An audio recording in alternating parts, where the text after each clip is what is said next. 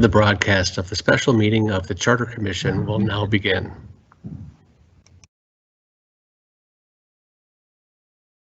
Good afternoon.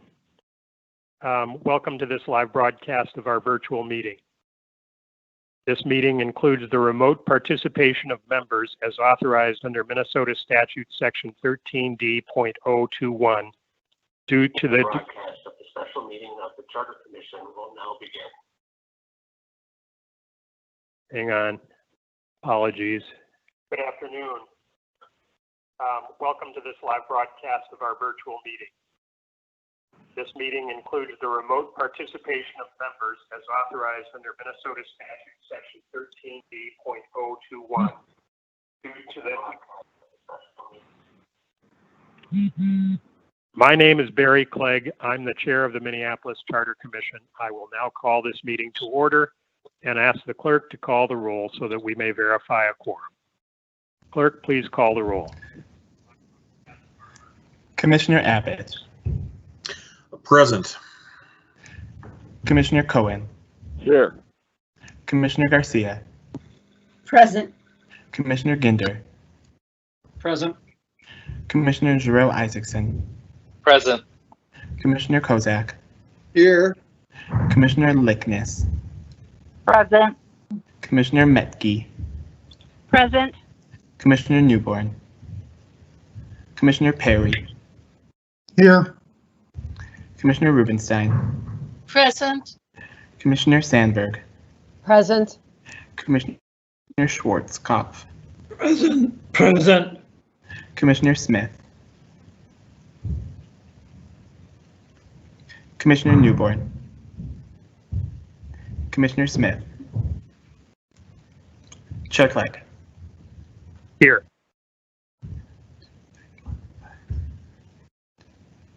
There are 13 members present. I would like to apologize to those listening or watching, both for the delay and for the technical issues. Some of us are not able to appear on your screen. We think it's a faulty link and we'll try and fix that going forward. We have a quorum. We'll now proceed to our agenda, a copy of which was posted for public access to the city's Legislative Information Management System, which is available at lims.minneapolismn.gov. So the agenda is before you, commissioners. May I please have a motion to adopt the agenda? I move Schwartzkopf. Been moved and seconded. Second, Sandberg. Is there any discussion before the clerk calls the roll? Seeing none, I'll ask the clerk to call the roll on the motion to adopt the agenda. Commissioner Abbott. Aye. Commissioner Cohen. Aye. Commissioner Garcia. Aye. Commissioner Ginder. Aye.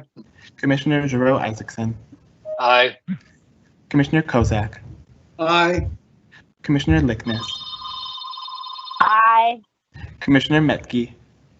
Aye. Commissioner Newborn. Aye. Thank you, Commissioner Newborn. Commissioner Perry. Aye. Commissioner Rubenstein. Aye. Commissioner Sandberg. Aye. Commissioner Schwartzkopf. Aye. Commissioner Smith. Chair Clegg. Aye. There are 14 ayes and 1 absent. So this Next Commissioner item on the Smith, agenda. I called back in. I joined the live version, but I don't think you could hear me, so I am present. The record will reflect that Commissioner Smith is present. The next item on the agenda is the chair's report, and I have nothing to report to the body except as in the substance of our meeting agenda. So we'll continue to the next item. Before we get started this afternoon, there have been a lot of rumors circulating, and I want to be clear about what we are and are not doing at this meeting. First, we will not be voting on the proposed council amendment tonight. That seems to have been making the rounds of social media today. Second, tonight is not a public hearing, so there will be no public testimony tonight. We will have at least one, maybe two public hearings, and there'll be plenty of notice about those and opportunity to participate. Also, today is not the cutoff for public input. I've received a number of emails about people complaining that they have to get their public comment in today. That is not the case. We will continue to solicit public input and hold at least one public hearing before the Charter Commission makes any decisions. Today's meeting is primarily to discuss our process and timeline. We will likely not vote on the proposed amendment till our August 5th meeting at the earliest. So for commissioners, let's keep our focus tonight on process and timeline. There'll be plenty of opportunity for us to offer our opinions on the substance of the amendment. But I'm asking you to please focus tonight on how we're going to do our work. Before we get to our agenda item, a little Charter Commission 101. We don't usually have a lot of attendees or viewers, so many of you who are with us tonight may not know who we are or what we do. In Minnesota, Charter Commissions are authorized by the state's constitution and established under state law. Charter Commissioners are appointed by state court judges, not by the mayor or the city council. There are 15 commissioners on the Minneapolis Charter Commission. We are all unpaid and volunteer our time. Minneapolis is what's called a charter city. That means its structure is defined by a charter and not by state statute. So our charter is sort of like our Constitution. For us, our charter is why we have 13 wards instead of 11 or 9. If somebody's on the line and their phone is beeping, so if you're not participating and speaking, please mute your phone.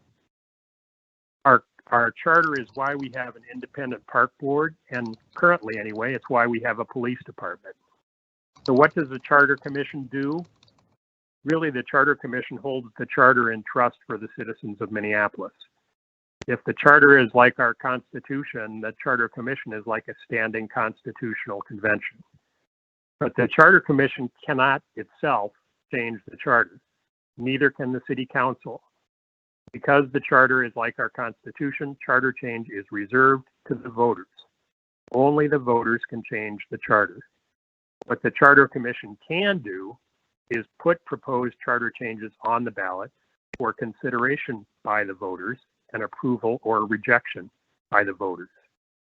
Proposed amendments can go to the ballot in one of three ways. First, the Charter Commission can propose an amendment.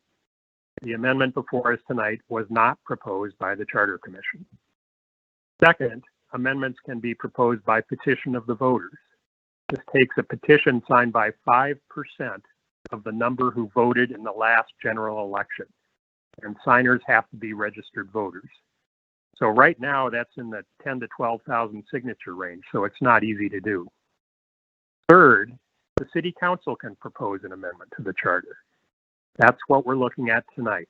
This amendment was proposed by the City Council. When the City Council proposes an amendment, state law requires that they send it to the Charter Commission for review. The law provides that the Charter Commission has 60 days to review any proposed amendment, which the Charter Commission may extend by an additional 90 days by notifying the Council. At the conclusion of the Charter Commission's review, it either approves a proposed charter amendment, proposes a substitute amendment to the Council, or rejects the proposed charter amendment. What a lot of people don't understand is that even if the Charter Commission rejects an amendment proposed by the Council can nevertheless go ahead and place that amendment on the ballot anyway. So, I hear you cry, what's the point of the Charter Commission's review if the Council can go ahead and put something on the ballot anyway? Well, first, hopefully the Charter Commission's recommendation will inform the Council and hopefully the voters too. Also, the Charter Commission can propose a substitute amendment, which the Council is free to accept or reject.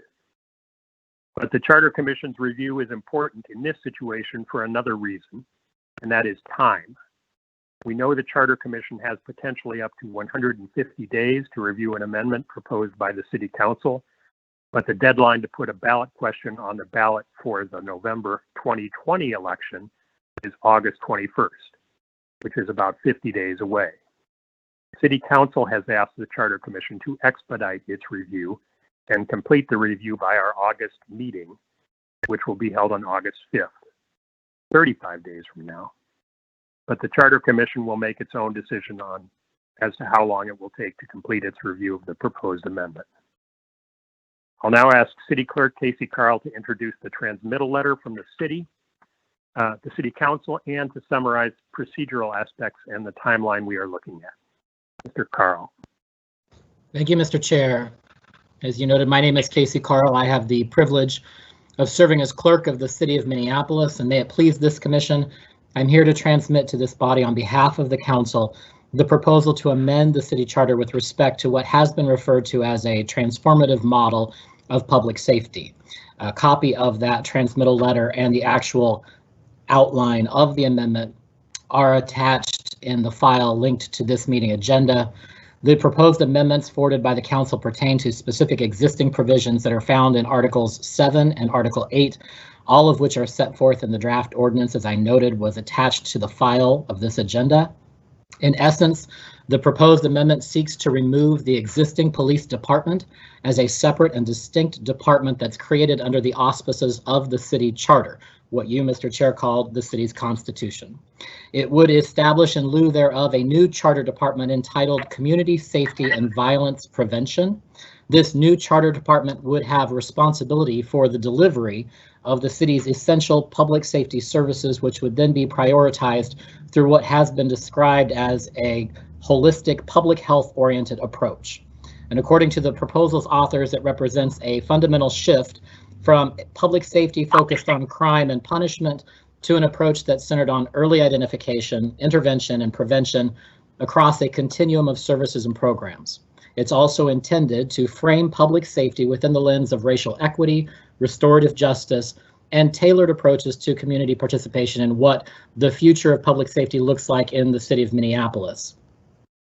The amendment provides that the director of this new charter department would be selected in the usual manner for directors of charter departments. Specifically, that is nomination from the mayor and confirmation by city council as set forth in section 8.4. It also allows for the creation of a division within and subordinate to the new charter department that would be responsible for law enforcement services, and that could include functions typically provided by peace officers licensed by the state of Minnesota. Mr. Chair, that sets forth the proposal and its transmittal to the Charter Commission. You've also asked me to outline the procedures moving forward. Obviously, this transmittal begins that process you outlined, which is proposing the amendment to the Charter Commission. Today starts the first day of the 60-day period that is authorized under state law for the Charter Commission's initial review.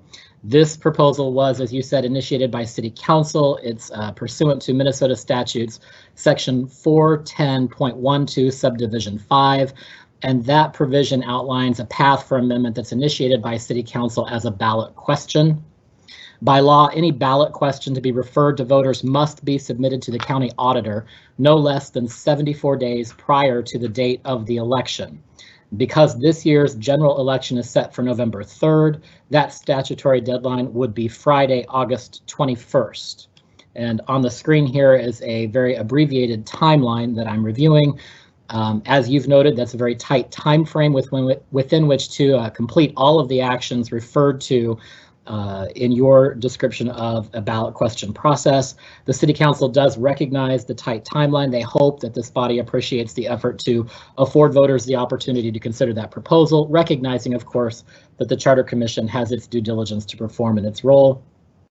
I mentioned, as you also did, Mr. Chair, the initial period for review given under state law to the Charter Commission is 60 days, but up to a total of not to exceed 150 days. I mentioned that clock starts today with the formal receipt of the proposed amendment from the City Council. In approving this proposal, the City Council did, as part of its actions on the 26th of June, suspend the council rules to allow for a joint referral, first to this body as required by state law, and second to its Policy and Government Oversight Committee. That allows any report from this body to be delivered directly to the standing committee, which would minimize delay in receiving and acting upon any recommendation that this body might provide. The matter is listed on the Policy and Government Oversight Committee's regular meeting agenda for July 9th. So in the interest of public transparency and understanding about the process, there will be no action taken at the Policy and Government Oversight Committee meeting on July 9th. It will continue to be shown on that committee's agenda as a placeholder until and unless this body submits its report, so that we can carry that forward both as public notice that it could be received and to allow for any report by this body to be received and acted upon expeditiously by that committee if the time is correct. The rule suspension also eliminated a public hearing before the City Council's standing committee and instead narrowed the public hearing process to that which would normally be conducted by this body subject to its rules. Again, this was intended to streamline and expedite the process in order to first give maximum available time to this body for its work, and second, to do as much as possible to meet the statutory deadline, which, as I've already indicated, is August 21st. At this point, then, the proposal is in this body's jurisdiction. It awaits your consideration and any action within that statutory timeline that we both outlined. And as always, representatives from the clerk's and the attorney's offices stand ready to assist the Charter Commission in its work, and I'm happy to respond to any questions that commissioners might have. Do any commissioners have questions for Mr. Carl?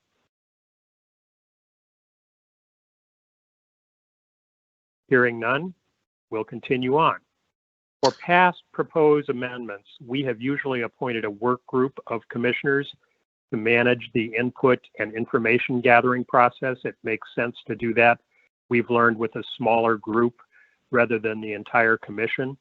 I would like to do that here and would suggest the appointment of Commissioner Rubenstein as chair of that effort if she will agree to do so. Others who are interested should let me know and I will make the appointments. I would like to limit the size of the group to about 5, so we'll appoint from the group that responds if it's more than that. That work group will probably have to meet several times in July. So if you have a limited availability in July, keep that in mind before signing up. Meetings of the work group will be posted and open, so anybody can watch. Can I get approval to appoint the work group and appoint Commissioner Rubenstein as chair? So Is there a moved, motion? Sandberg. Second, Abbott. Any discussion? The clerk will please call the roll. Commissioner Abbott, Aye. Commissioner Cohen, Commissioner Garcia, Aye. Commissioner Ginger, Aye. Commissioner Jarrell Isaacson, Aye. Commissioner Kozak, Aye. Commissioner Lickness,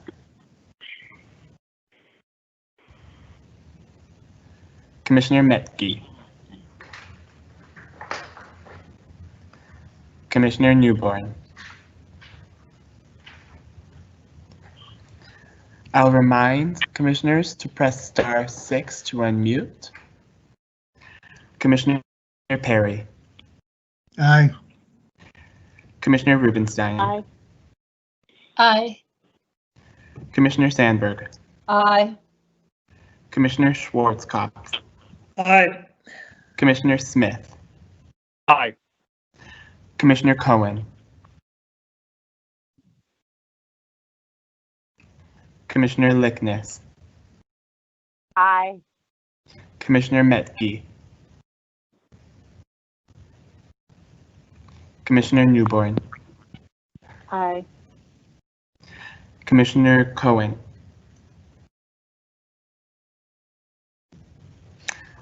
Chair Clegg. Aye. Aye. There are 13 ayes. Thank you.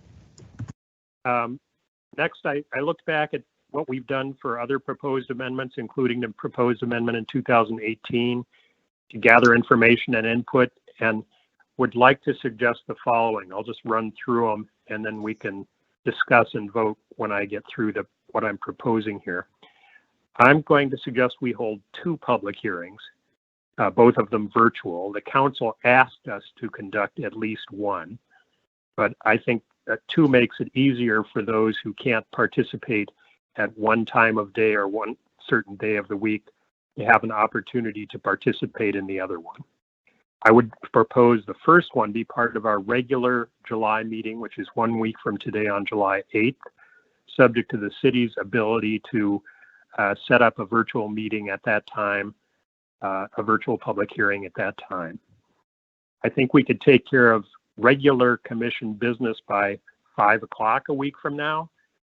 So then we could have a time certain for the public hearing starting at 5. Again, we'll coordinate details with the clerk's office and the IT department to make sure the city can host. I'll leave scheduling the second public hearing up to the work group, but we'll suggest it should be at a different time of day and a different day of the week to enable people who are not available in the late afternoon to participate. Number 2, I would publicize and leave open until the conclusion of the last public hearing the council comment line to solicit electronic comment. I'm sure all of us have already received a lot of electronic comments. Please forward those to the council comment line unless they're also copying the city clerk. If the city clerk is copied, they will be automatically forwarded to the council comment line. For people watching, that comment line is council comment, no space, at minneapolismn.gov.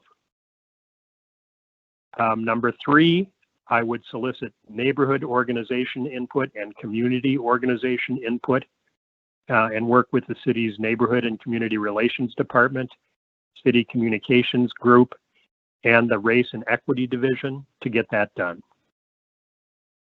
Number 4, I would invite city council members to share any research or study materials they have used or had access to. They made some reference to resources they had used during their meeting, but we'll ask them specifically to provide us with copies. Okay, now it's time for commissioner discussion. Would any commissioners like to modify any of these suggestions or add anything different?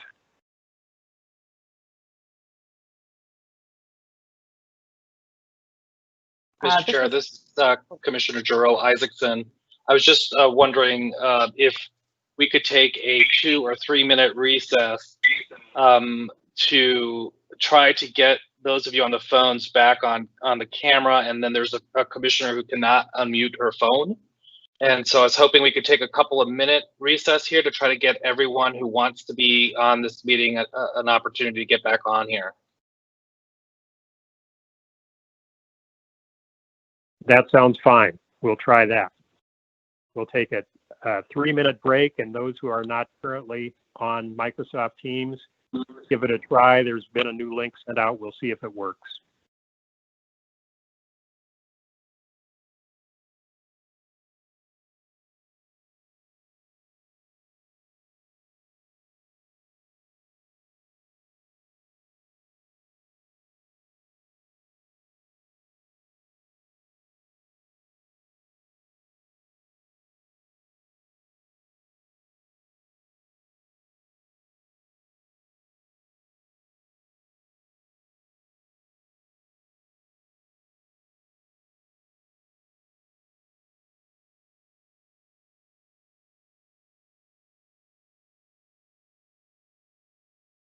So can you hear me now over the computer? Yes. I can hear you.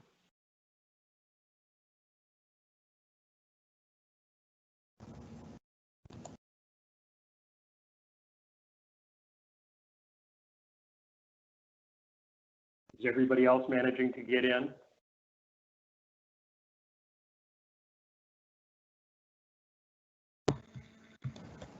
Can you hear me now over the computer? Yeah, I can hear you. Barely. I think you were still hearing me on my phone. Can you hear me now?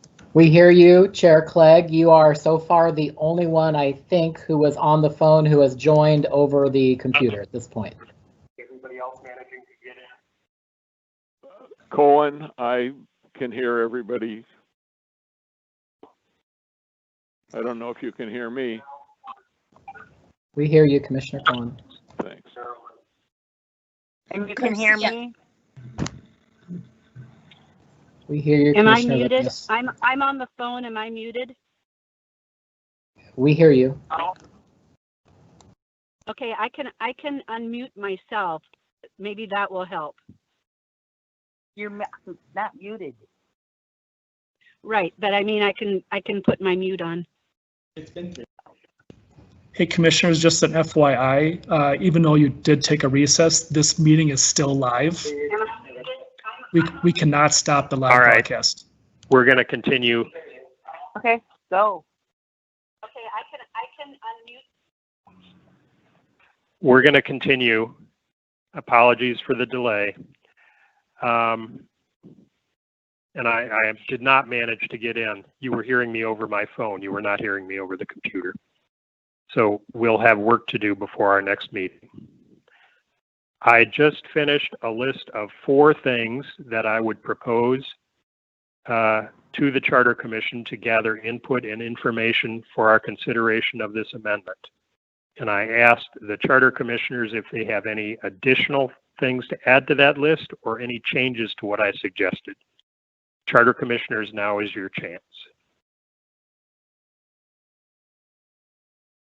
This is Sandberg. My only concern is July 8th is 1 week from today, and we will then have to be quickly, like tomorrow, working with NCR and others to get word out about the public hearing. I don't know, do you think it's too quick? Should we have a special one 1 week after? I'm just not sure about how fast. I know the clerk's office is efficient. I'm just not sure. Chair Clegg? Yes. I am also very uncomfortable with that short timeline.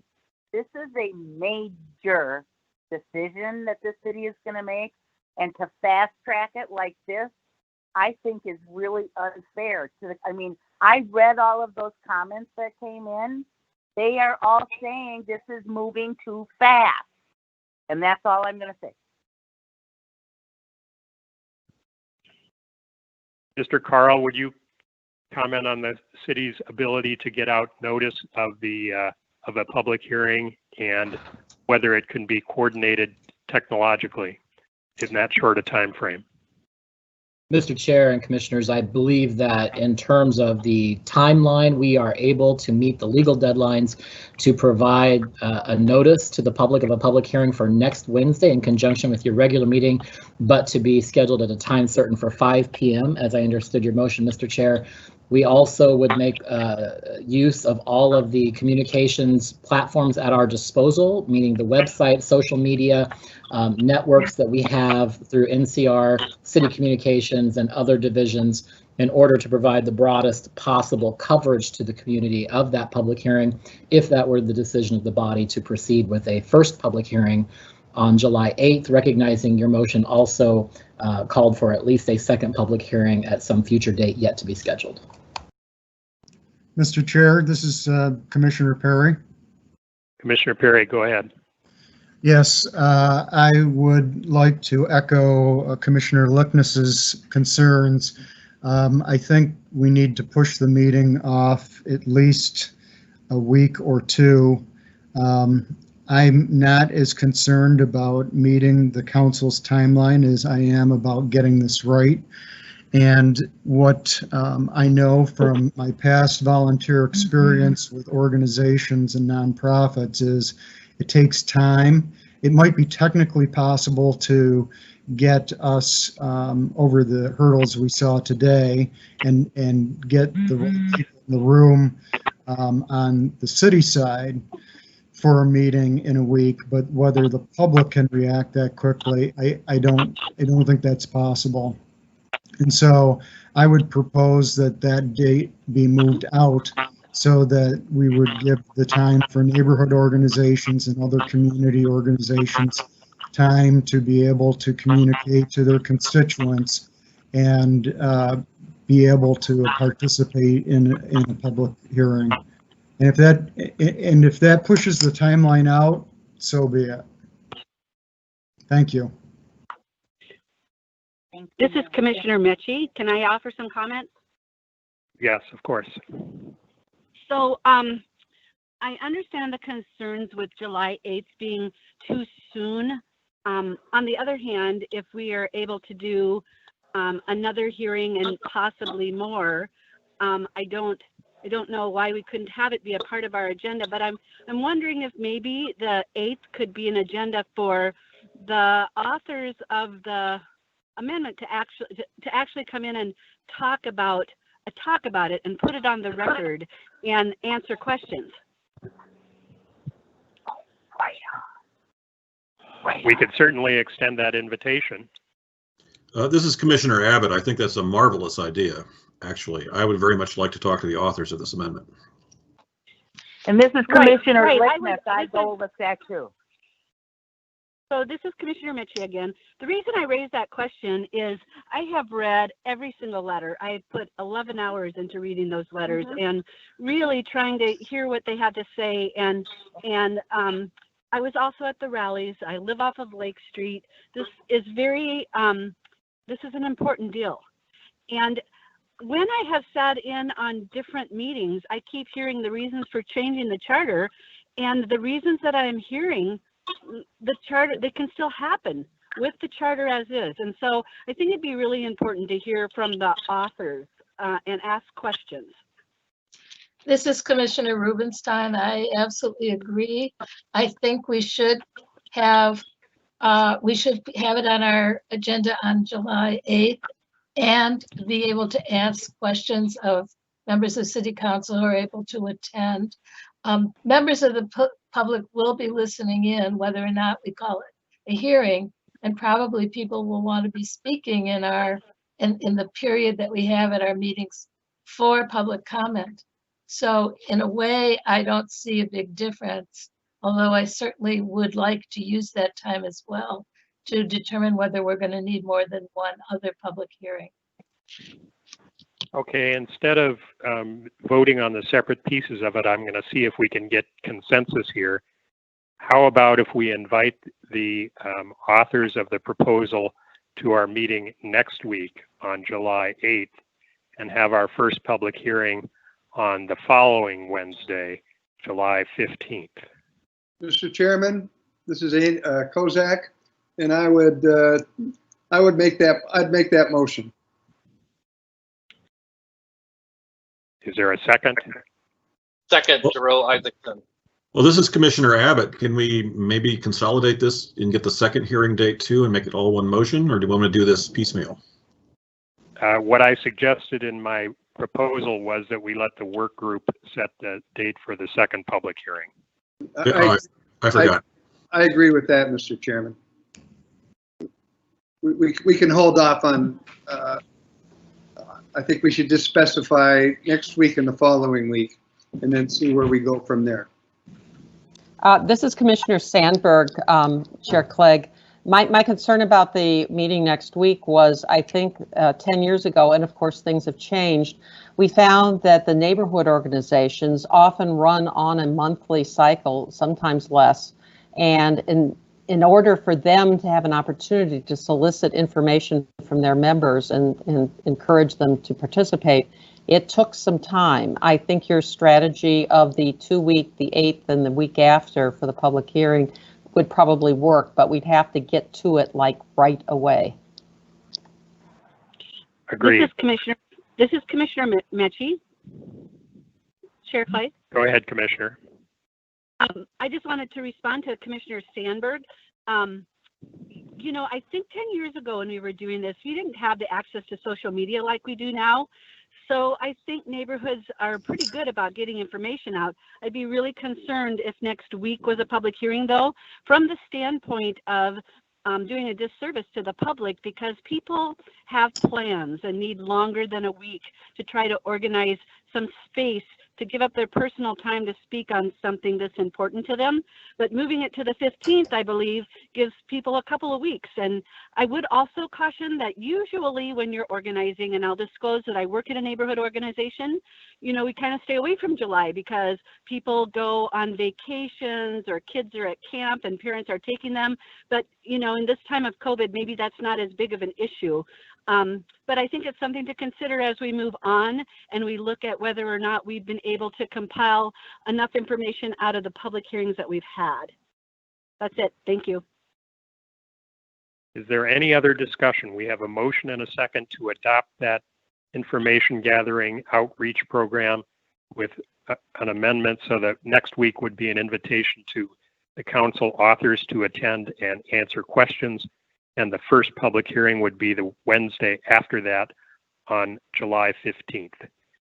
Is there any other discussion? Mr. Chair, this is Commissioner Ginder. Could you just restate the motion in its entirety so I understand all of the 4 steps? Step number 1 would be to hold 2 public hearings, the first of which would be 2 weeks from today. They would both be virtual. The second public hearing would be, the schedule would be determined by the work group. Number 2, for a week from Wednesday, or for a week from today, rather, we would invite the authors of the council proposed amendment to attend virtually and answer questions by charter commissioners. We would also publicize and leave open until the conclusion of the last public hearing the council comment line to solicit electronic comment. We would solicit neighborhood input and community organization input and work with the city's neighborhood and community relations department, city communications staff, and the race and equity division. We would also invite council members to share any research or study materials they have used or had access to. And that's it. Mr. Chair. Commissioner Schwarzkopf. The question I have is, because of the present departments under the mayor, should we be working with the mayor also, or is that the responsibility of the Rubenstein Committee? We could certainly invite the mayor to participate in our question and answer session next week. Very good idea. Okay, I didn't know. That's what I was wondering. Thank you. I'm going to take that as a friendly amendment, if you will, and add it to the proposal. I would make that as a friendly amendment if you need somebody to move it. This is Commissioner Mechie. And this is Kozak. I agree. That's a good suggestion, a friendly amendment. Yes, Commissioner Abbott, I agree. All right, we're going to move to a proposal or a vote on the entire motion. I think we've concluded discussion. Will the clerk please call the roll?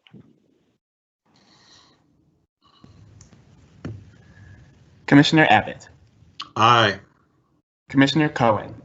Aye. Commissioner Garcia. Aye. Commissioner Ginder. Aye.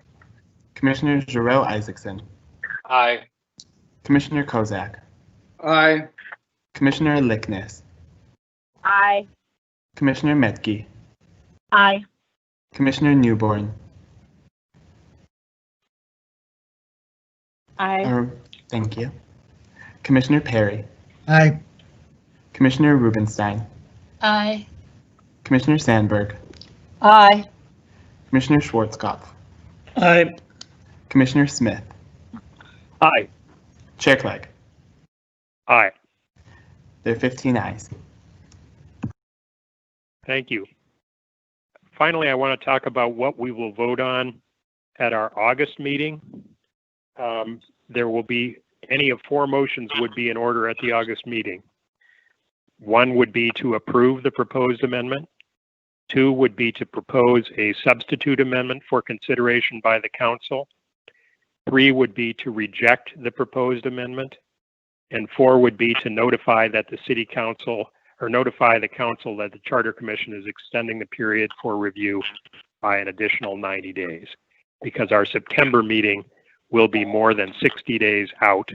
So if we wanted to use our extension rights, we would have to do so at our August meeting.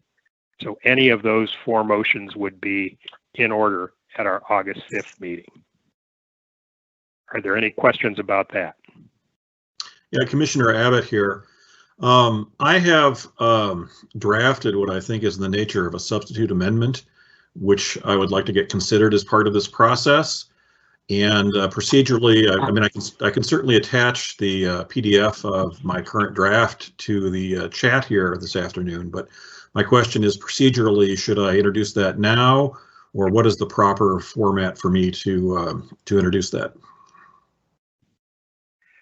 I think you should circulate it to, or submit it to the clerk's office and have them circulate it to all charter commissioners. Okay, I will do that. I will do that promptly, either after the meeting or tomorrow. Very good. Do any other commissioners have questions or want to add anything? Yes, Chair Clegg, this is Commissioner Perry. Commissioner Perry, go ahead.